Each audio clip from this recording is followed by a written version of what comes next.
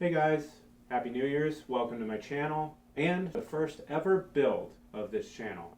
It's been 5 years since my last serious build, so as you can tell, it's going to be time for a major upgrade. During that time, I was still in college, so it was a little bit of a bare bones build even for them. We were running an Athlon 2 X4 750K overclocked to 4 gigahertz. It was also paired with 16 gigabytes of DDR3 RAM at 1600 megahertz clock speed. So also we're going to see some improvements in this build for that. And finally, it had a Radeon R9 290. So we're definitely going to see improvements there. The other reason is I wanted to bring down the form factor on my current PC. It's a mid-tower build, and where it is in my office is right near my knees. So I keep banging into it, and honestly, it's been my opinion for a long time that ATX builds and micro ATX builds, the cases, they honestly have too much unused space at least, and take up too much space on the desk.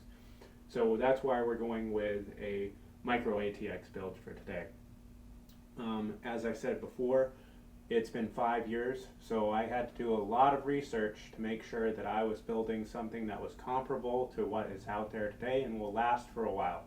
I'm looking to do simulations for engineering, as well as video editing for this channel, gaming of course, and Oculus VR gaming. So with that, the core of the system is an AMD Ryzen 5 2600X running base clock at 3.5 gigahertz. It'll be overclocked to 4.2 gigahertz, so we're going to see gains there. We're not going to be using the stock cooler that comes with it.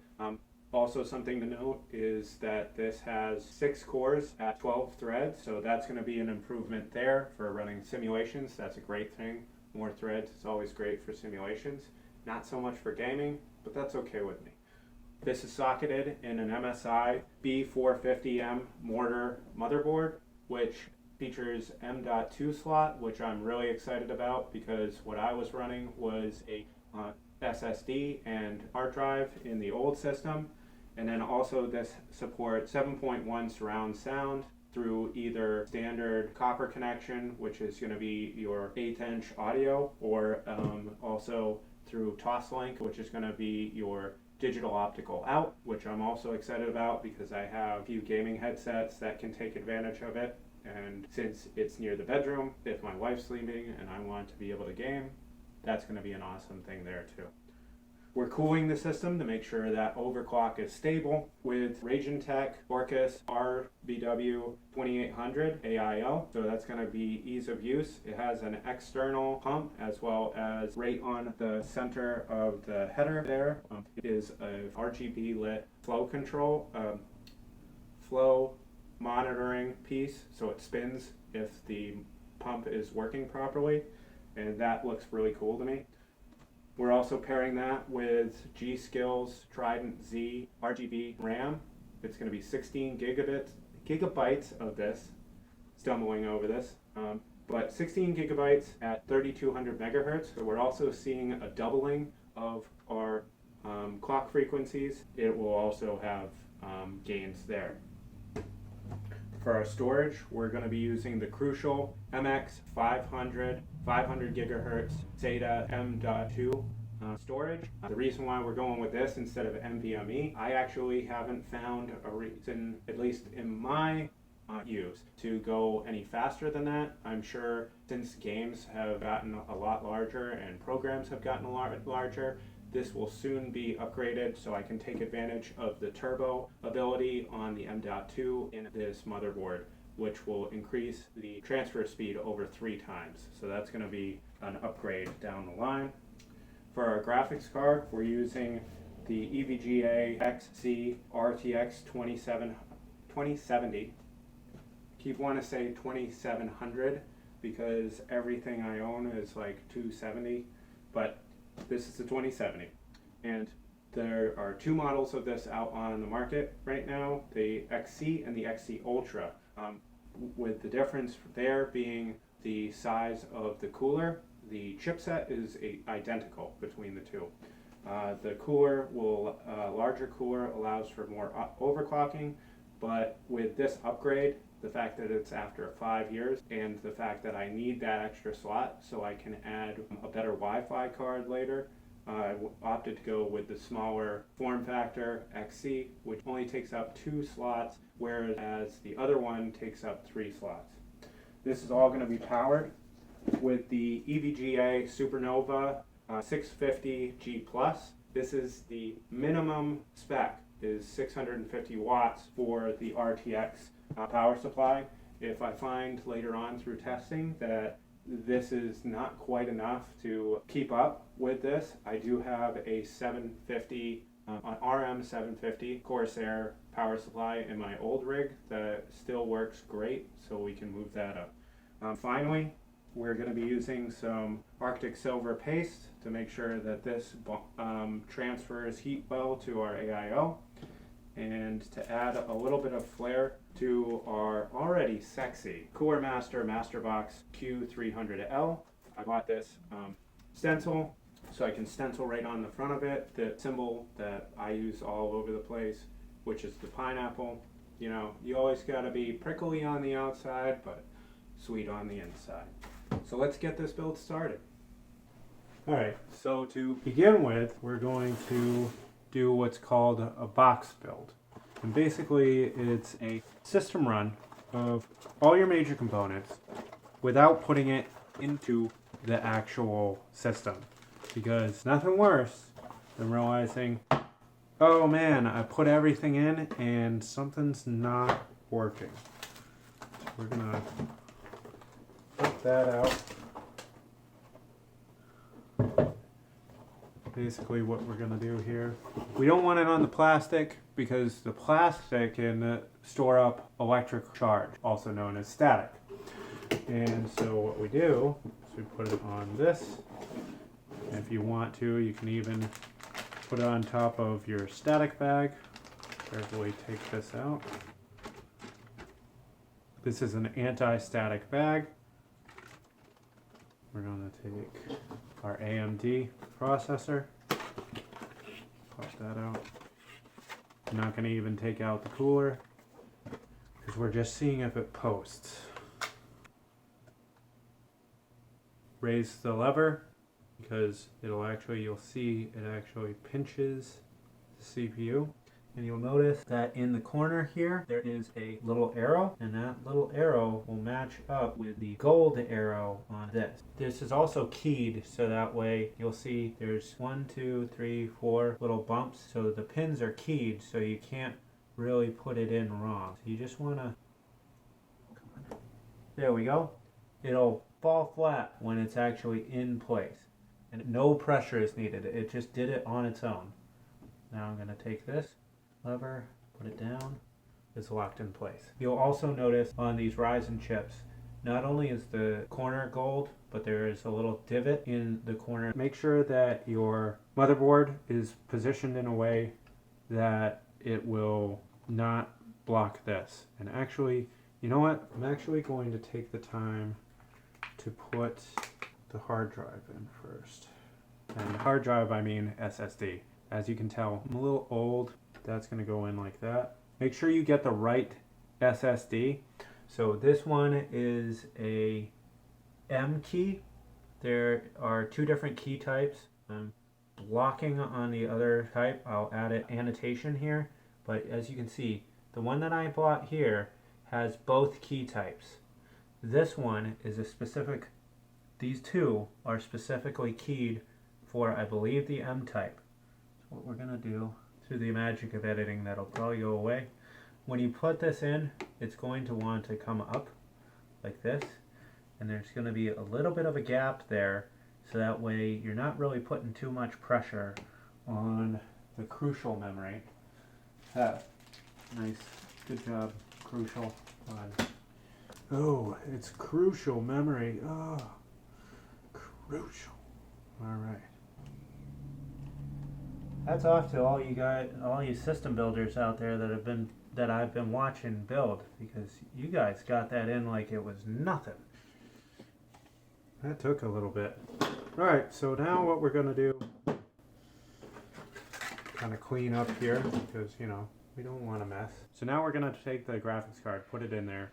You want to make sure that the edge of the board is right next to the edge, off the edge of the box, because of this will knock right into it. And what you're going to do is you actually rock it down like in this motion instead of just any old way. Again, this is going to be keyed. It should go right in, no problems, and you'll hear a click. And that'll hold that in place. Then the last part for our box build of the system, adding the power supply. This thing's fully modular, so we're gonna have to make sure that we grab the right cables for the job. So we've got the motherboard power supply, we've got the peripherals power supply, which we're gonna be using later because of the AIO. We're not gonna need the SATA, so we put that back. We're going to need the VGA power supply and the CPU power cable. So all in told, we need 4 cables for this build, 3 internal, 1 external for the box build. We're gonna do that right now. We're gonna be going into the motherboard, and this tells us where it needs to go. So this actually goes like this. It's gonna be keyed, so you can't put it in backwards. Again, you're gonna hear a click when it's in properly. So there's that. This goes over. Oh, don't do it. This is going to go over here, and that's going to click in as well. There you go. You heard that click. Sorry, this is a mess on the video here. And we're going to be using the 8 and the 6. All of these are 8 and 6s. Yep. We're going to be using 2 of these. For the VGA, it's going to be going like this. And this is going to be going like this. Doesn't really matter which VGA you put it into as long as it's VGA. So with the first one, I'm going to put it in here. Again, this is going to be keyed, so you can't put it in incorrectly. There's that. Kind of tuck that down like that. And here's the other one. So we're going to have to, you got to make sure that all these go in proper. So we want all 8. There we go. It'll sink in and clip in. There you go. Now we've got power for that. And I'm going to turn this down so that way you guys can see the board as it comes up. I need the CPU power. I'm going to go with this. Because this says G+ on it.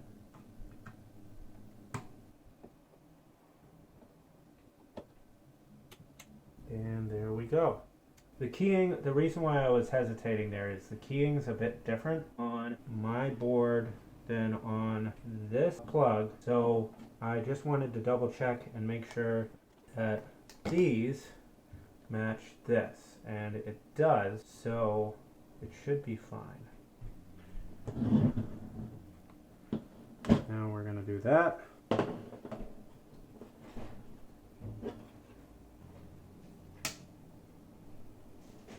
Turn on the power here. If you look over on this side, there's going to be a jumper, and you should be able to short it to turn the system on. If you don't know what the jumper is, you're going to go to your manual, and it will tell you where the power switch is. It's JFP1, and the power switch is across pins 6 and 8. So 6 and 8 on the jumper, which is here, 6 and 8. Okay. So let's see what happens here. Alright, so we've got a boot problem.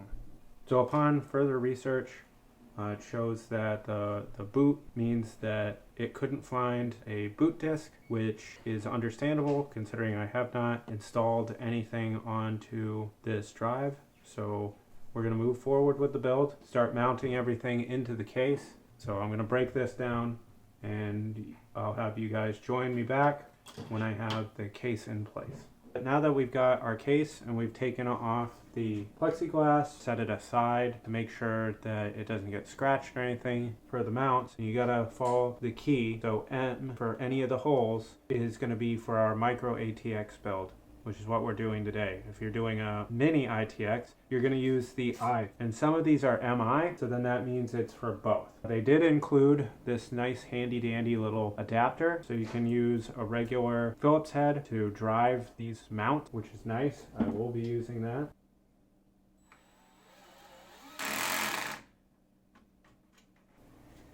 I'm gonna start this just with my fingers here. Put all these in place. Sorry if this is a little hard to see. My lighting kit came in, but unfortunately they did not come with the wall chargers. And the battery pack is delayed by a week. That means no lights for this video. I'm using just household lights for now. Let's take a look here. Yes it is. So we're gonna add that in there. We're just gonna drive the current ones, and I moved this one down a little bit because I don't believe it's necessary.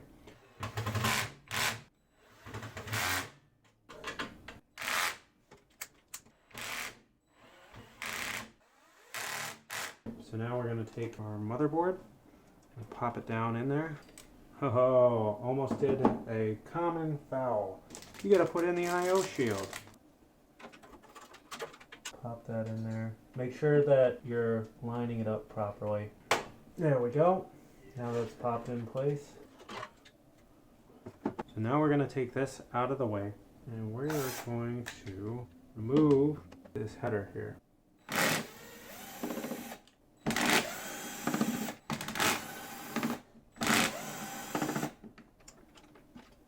Remove these headers.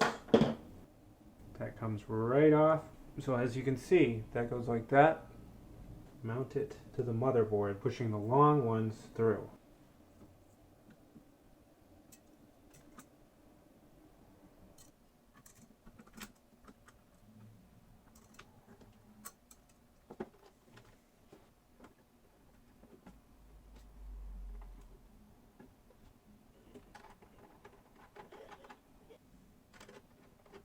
And with this setup, you want to make sure that the cups on this are upright.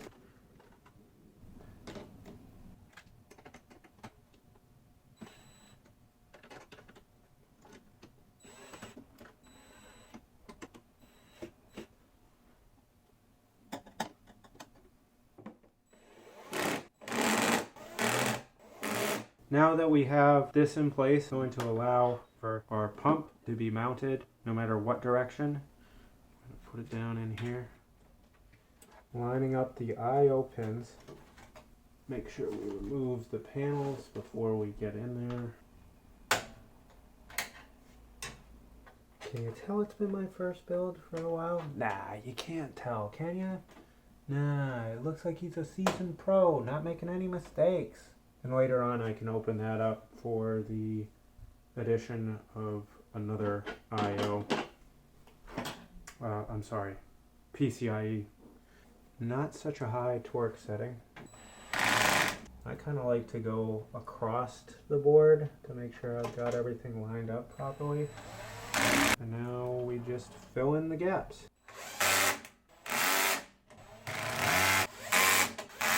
If you're building anything that's going to be heavy or bounced around it a lot, just put them all in.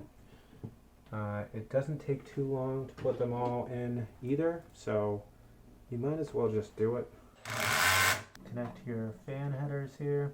Even if it's a 4-pin, a 3-pin will key to it. Just make sure it keys in properly. Tuck that off there. Make it look nice. Come on, tuck away and look nice like I just said I was gonna do. Don't make me look like an idiot. I do well enough on my own, thanks. Alright, we're gonna drop in our video card. Make sure that, also on the outside here will be a retaining clamp on most of these now. So you want to take that off. See, it only comes loose, it doesn't come off.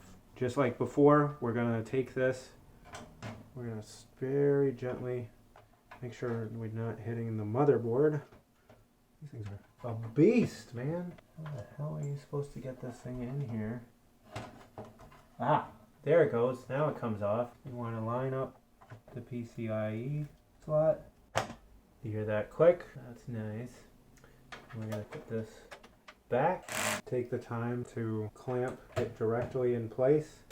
Don't just use that one retaining clamp, because these are big, heavy cards. Like, people talk about having to put on extra supports just to support these things and keep them from sagging. So definitely don't skimp on screws for your larger graphics cards. Now we're gonna take power supply. I'll load that right in there. Oh, don't mess up all my screws, please. So you know what? Do I want to do that first? Ooh, I like that. Not easy to get to, but cool. That might be an adapter plate. Let's investigate, shall we? Because that looks too difficult to get to.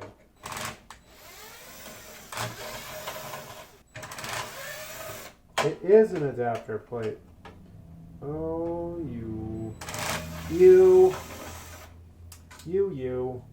Oh, you. Alright, so that makes that a lot easier. So there's actually an adapter plate in here.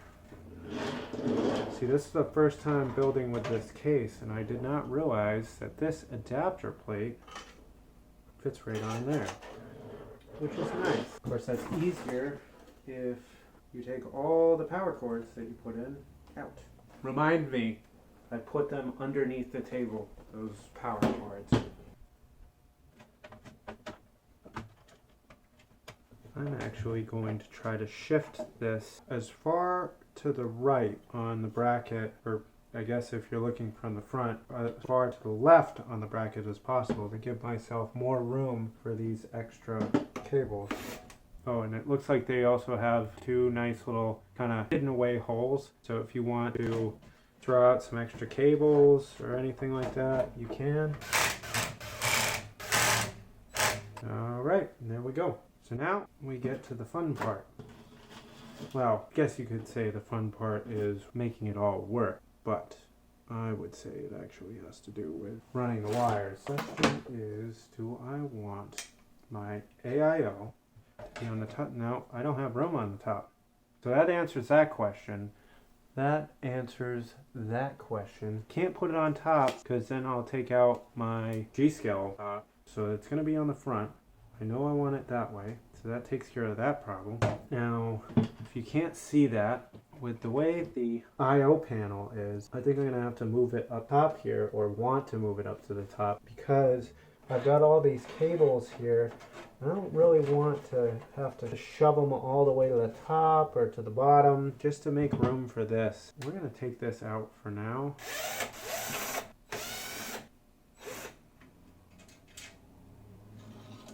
Timber, that's going to be able to move this out of the way. We're going to actually open. I can either put this down here or up there. I kind of want it up there just because I don't know, I have this thing about having print upside down. Call me OCD, but you know, I just built this. I don't want it all weird. Start routing.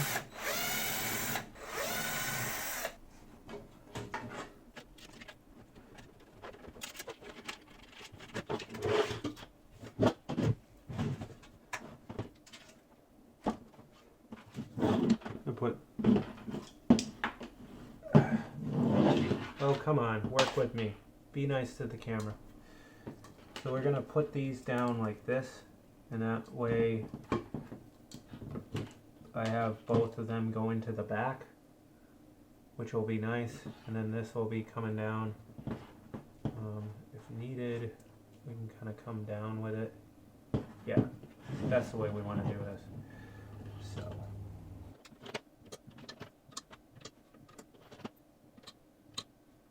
I wouldn't put this on a high torque setting for this because you don't want to rip up, even though it goes into the frame, you don't want to accidentally drive this too far. And I would do a cross pattern. So basically by setting my torque. I'm actually reducing how much tension I'm putting on these screws because it's maxing out my tool before I can pinch these cushions too much. So we're going to go across. We can go ahead and mount this. Sorry for having to switch things out on you guys.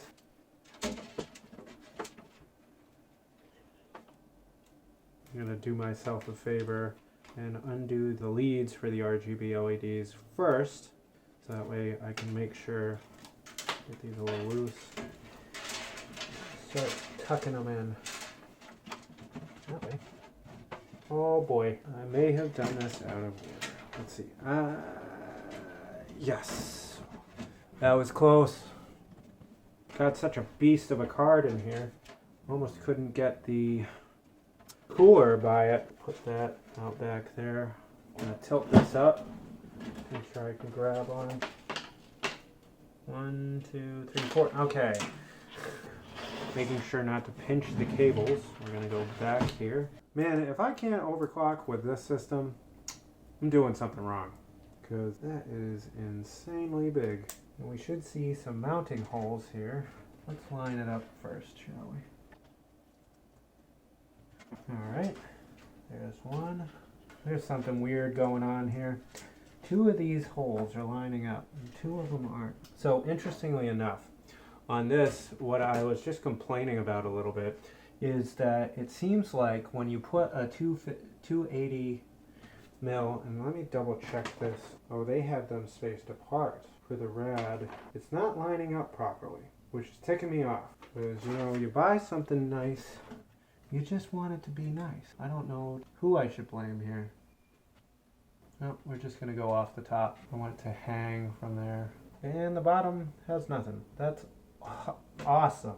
I don't know who to blame here. Raging Tech with their spacing here, or Cooler Master with their spacing, but basically they don't make room on the front for what clearly can fit a 280. Another reason to attach this stuff up top is because that's where our pump and header are be coming from. Okay, so we've got that. Now that's in place, what we're going to do is I'm going to go at this with a little bit of rubbing alcohol, and we're going to prep that for thermal paste, and we should be good to go. Alright, so we're going to prep the block, the CPU heat spreader, make sure that's nice and really clean, no oils or anything like that. Definitely remember to take off the tape before you use it, or else you're going to have a bad day. You're going to have a bad day. We're going to release this cable here to make sure it stays up and out of the way. And we're going to hit that with a little bit of rubbing alcohol as well. And we are going to come in with our Arctic Silver compound. You just want a grain of rice, is what they say. That's from a good YouTuber. That's a bit bigger than a grain of rice.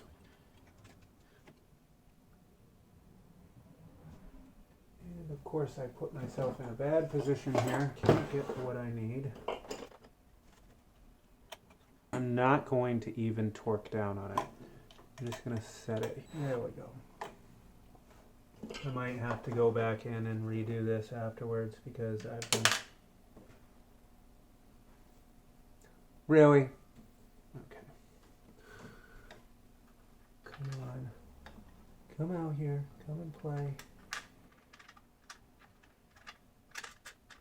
Oh, there we go. So some people would actually tell you with these builds you want to put in the graphics card last. As you can see, having a little bit of trouble here.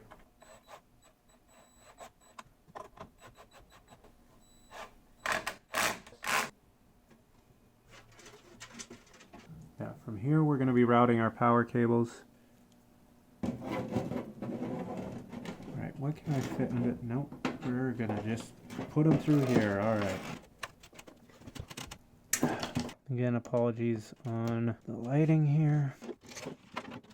Yeah, that's a bit better. Now we're gonna put it in our VGA.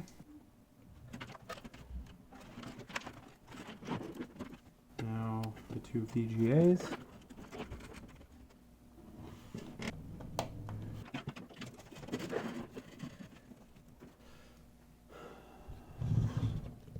The extra cable, this cable here, and that's literally for just one peripheral. Again, trying to minimize the footprint. So we're gonna have all the power going out this hole, and then all of our I/O coming in through the other hole. Kind of wish this sat lower. We could have put that in there, could have kept things out of the way, but you know, not bad overall. If we take a look here, this is our whole setup. All right, so now we're on the back side of the case. Is for the system. This is for the RGB. This is also for the RGB. So this all has to go into one hub, which is included here. Kind of put that all over here in this corner. First things first, let's get this big guy out of the way. And that's gonna come in right here. Next thing is the VGA, another VGA. Our CPU, which is gonna get it up through that corner. And for the system fan, and then this is just staying down in here to give this power. And since we have motherboard RGB controller, we're gonna plug that in like so. Hopefully I'm not blocking the shot here too much. So now we can take all these headers and put them in here. So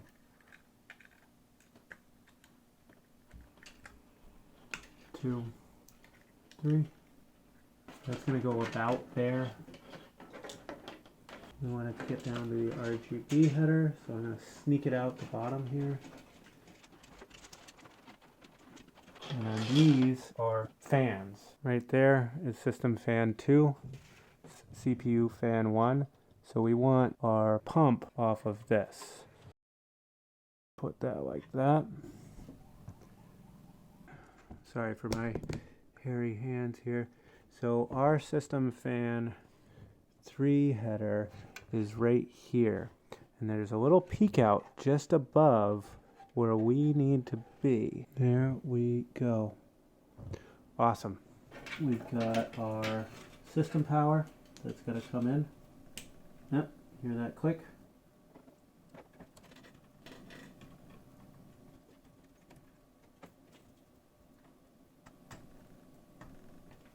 Go. And then don't forget, we got our CPU power.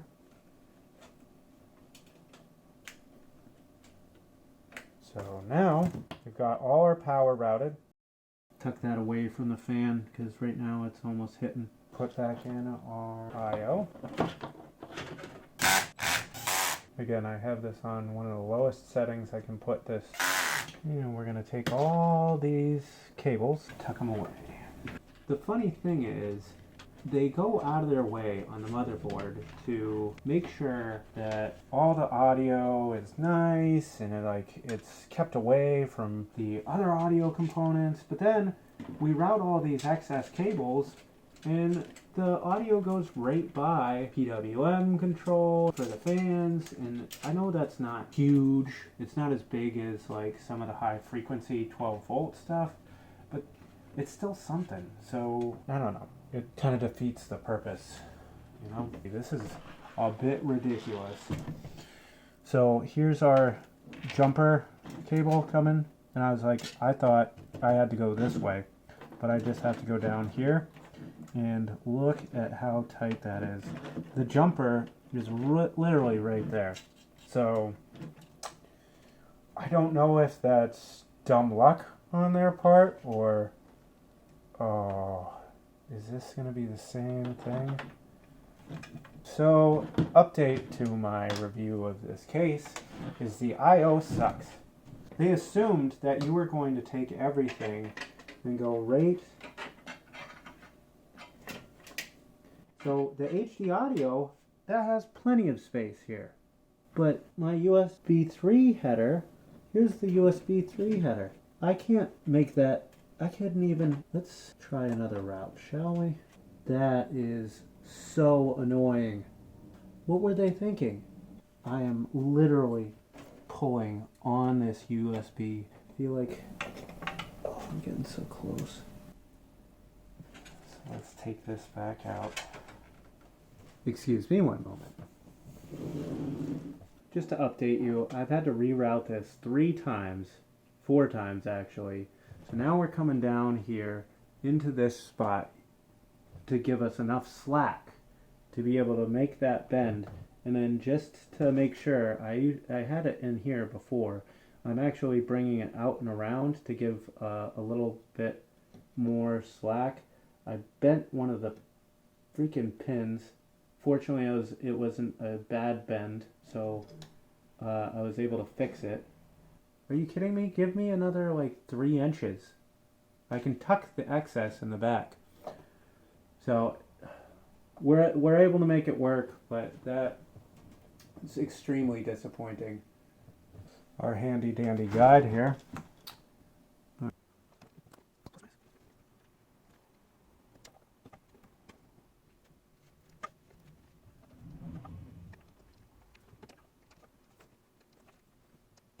Alright, so there's all that. Now we're going to put the USB 3.0 header back in for the front I/O, more like side I/O. Alright, so now we are attaching the HD audio.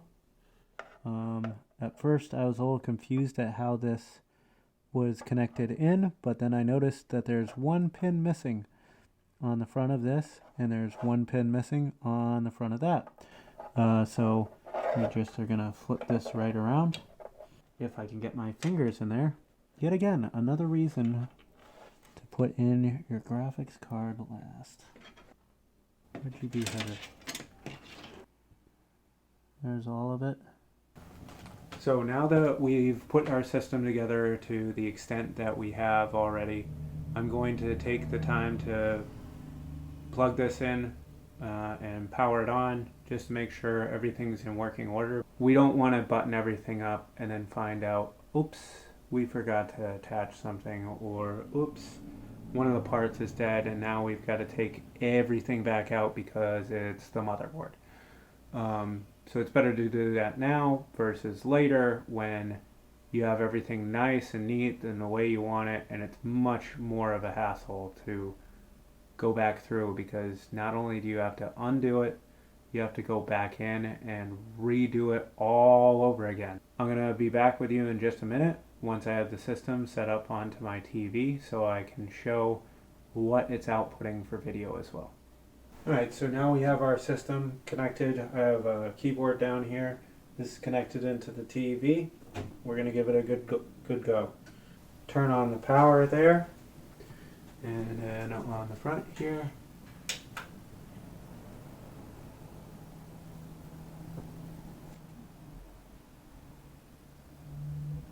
Oh. Yes!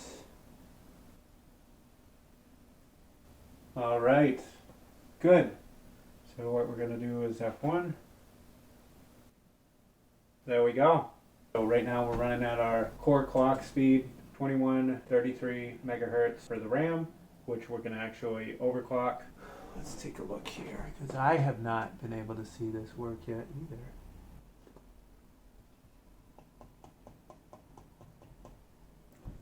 Alright, so one of the things I noticed when we booted up the computer for the open box test or open case test was that it was complaining that my RAM was in non-optimized slots.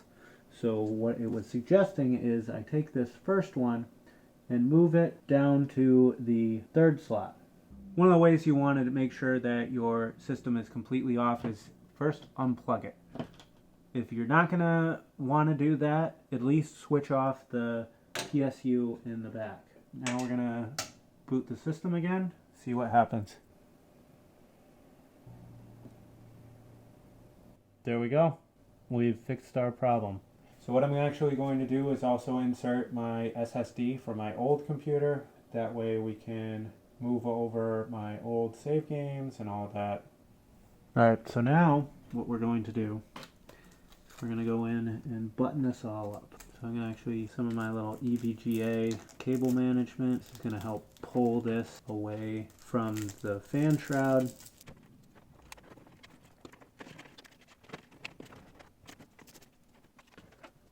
Do this. There we go.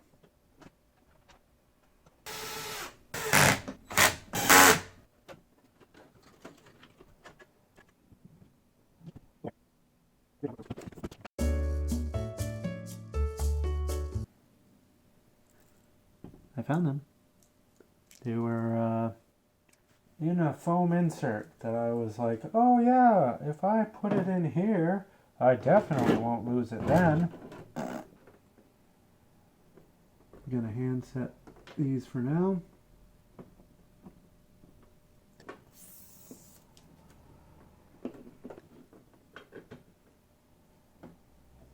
Are you ready for the peel? Are you ready for that peel?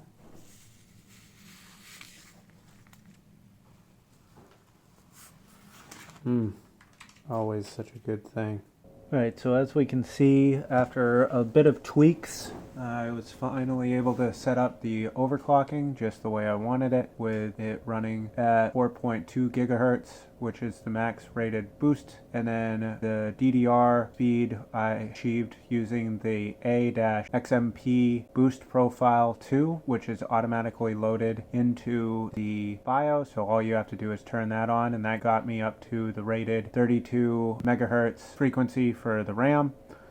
I didn't have to do any other tweaks. I literally just went into the Arsenal gaming setup, which is part of the MSI, click BIOS 5 settings, went into the overclocking. If you're going in there, hit F7, which gets you out of the easy interface. I can show you that right now. So if I hit F7, it brings us back to our easy BIOS settings, where you can't really do too much. You can take a look at the memory, the CPU, the storage. So as we can see, one slot, it's 500 gig SSD, and then the fan info. One of the things you got to keep in mind here is that when I first turned this on, some of you may have noticed that I was not getting that rotation in the blades. It would start up moving and then it would slow down, and that's because there's actually no power there for the blades. It's all for the RGB LEDs. All that is a flow indicator for the pump. So that showed that the pump was coming to a standstill. And what you want to do is you want to go into your fan info and make sure you have it turned on to PWM mode for whatever fan header you put this on.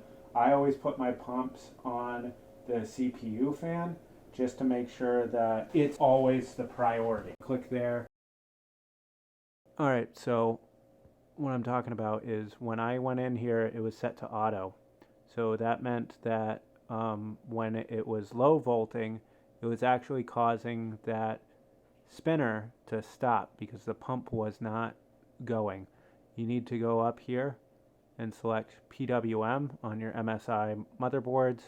If you're on another motherboard, you need to make sure that you put the pump on a PWM capable header, or else you're going to cook your system. Also, what I took the time to do is set up a remote control which comes with it, so I can go through, I can set these to whatever I want. So we've got nice little rainbow modes, or it curls through, which is nice, kind of like this mode. This one's almost like an electric shock, if you will, that's going through the system, I feel like. Or you can do a solid and it just runs through, slowly cycles through the colors. And if you don't like what order these are going in, you go back to that hub, the RGB hub that came with the Ragentech, and they're all numbered, so it tells you what order they're going to be in. I have the CPU header on port 1. The bottom fan is actually port 3. It was originally port 2. I switched it, so now the top one is port 3. So now you'll see it goes from this, then to this, then to this, and I like that look a lot better.